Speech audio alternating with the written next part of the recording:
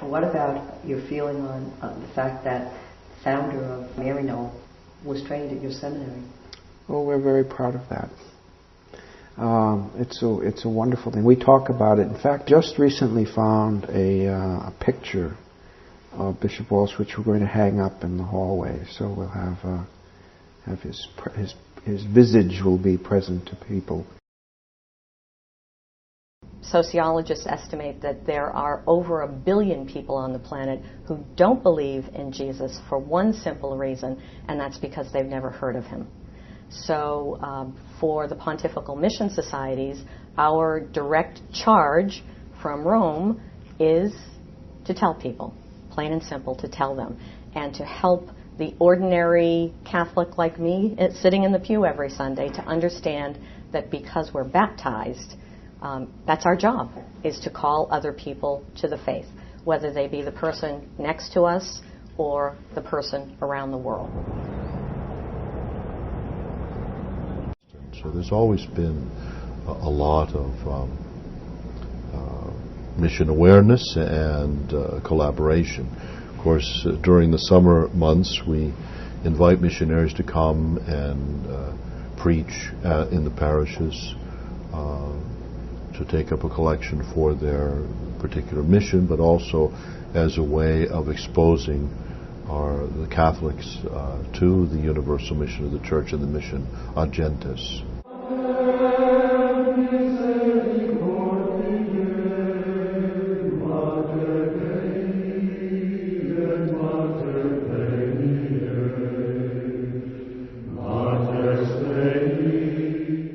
And so I think young people, first and foremost need to get a sense of what mission really is, and that that it's not just something for the classic missionary that we have, the figure that goes off and goes off into some heroic foreign land.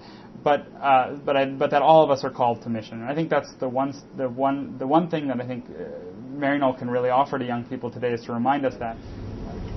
It's a great personal test for all of us to see what are we doing with our relationships, and are we acting justly for others that we do have relationships with. And the thing about our common humanity is that we have relationships with everyone, whether we see it or not. So it's always a great test for us to act more justly, to be advocates, but always to come from that source of compassion and love, to really be the source and motivation for us.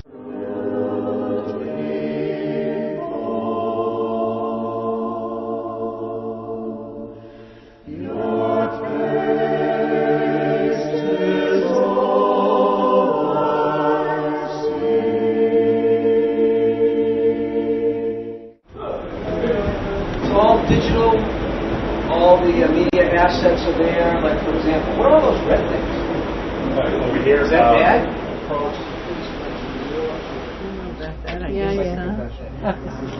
And this is the set for the live morning show. I'm going to tell the two of you, I am so familiar with Maryknoll because of the magazine. I know when I was... I think we all know that when we watch TV, we want to be entertained.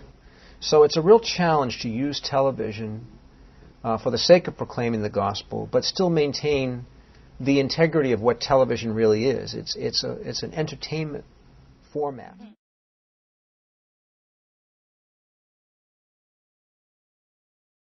And the idea was to bring high-quality health care to the homeless in the city. There's about six on the low end, 20,000 on the high end, homeless people in the city year-round.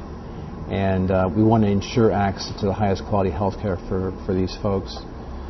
Many who have fallen through a lot of major cracks in their lives. And currently we have a staff of about 250 people, physicians, nurse practitioners, nurses, case managers, mental health workers, psychiatrists. And we work together. We have a collaborative practice which tries to reach out to patients, use healthcare as a way to get them off the streets.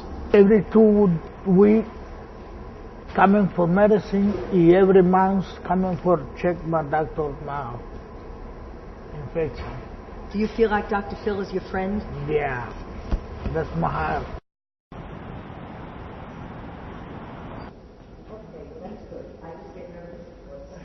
You don't know about how. I get nervous. Catholic Charities is not the church, but we are the church in the world. And we are the expression of the Archdiocese's commitment to these very issues. And we are the largest nonprofit social service provider by number of people served next to the state. So I would say that the church is responding at a level and a depth that is well beyond what a reasonable expectation for a faith community is. But I think it's a very reasonable expectation for Catholic social teaching. And I think we live it out very well here.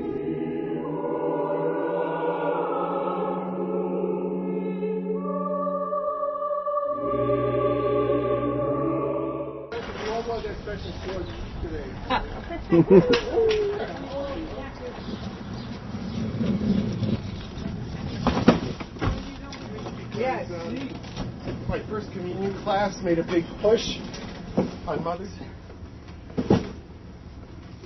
And we are actually open longer per week than any other food pantry in the city. So we have addressed the needs of the people who come to us by being open in the evening. So we're open 4 nights a week, and that is for the new client.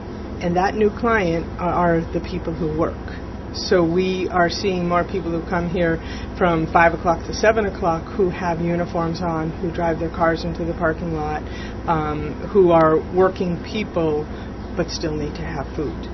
And I think that's probably, I think for us, the greatest difficulty that we have to understand, to absorb that it's not like it used to be, where you always think of people coming to food pantries as being low income or homeless, but not people who are driving their cars into the parking lot at night to come and see us. And then that's your son, John. Yeah, you're John. That's it. So yeah. This is a beautiful book called Thoughts from Modern Martyrs.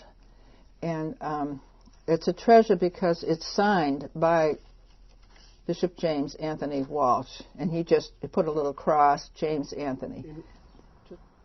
When I thought of Bishop James, at times he was too far up here. I couldn't imagine. I knew I was connected to him. It's in more recent years, connected to him by family, that I see him as family and I pray to him. I enjoy praying to him now, and I just see the fullness of his gift. The pastor of St. Paul's, who happened to be John Ryan, who constructed this church in 1923, and so he had this mural put in to represent contemporary missionaries who went from St. Paul's or Harvard Square to do what their forebears, Patrick and Columban, had previously done. And who is the cardinal? And the Cardinal Archbishop there is Cardinal O'Connell, and he's depicted at Holy Cross Cathedral. And standing next to him is Father John Ryan, who was the pastor of St. Paul's in 1923. And they are depicted as participating in what was called a departure service. Before the missionary went off, they had a special service in which they were blessed and they were given the missionary cross. And you'll see Father Ryan holding that missionary cross in his hand. This is obviously a depiction because, as you can see, there are 6 particular individuals there who belong to different religious communities who at different periods of time went off to be missioners. Certainly I have, in the course of my homilies, alluded to this mural and alluded to the missionary spirit that existed amongst former parishioners and hopefully would exist amongst some of the parishioners today.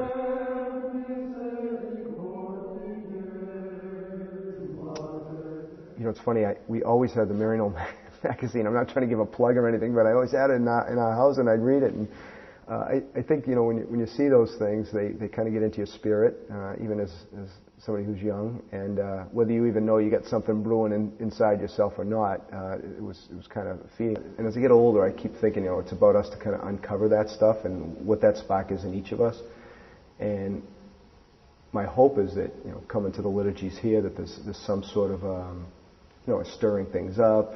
There's an impetus to kind of move forward. You know, as like I said, as we gather at this table, what are we called to do? You know, you hear the words and stuff like that. And I think the gospel's always calling us to look at what we're about, what we're doing, how we're making the world a better place, working for justice. And it's going to happen to different degrees in each of us. You know, what wishes do you have? What would you like to say to the fathers and brothers on their 100th anniversary? Well, first of all, I would like to tell them that I hope that they really appreciate the blessing that they have been for others. Like someone like me, there aren't many Maryknoll people that know that they had an effect in my life. But we are thousands all over the place that they have touched in this country, but there are hundreds of thousands in other countries. Is to just appreciate the blessing that they've been.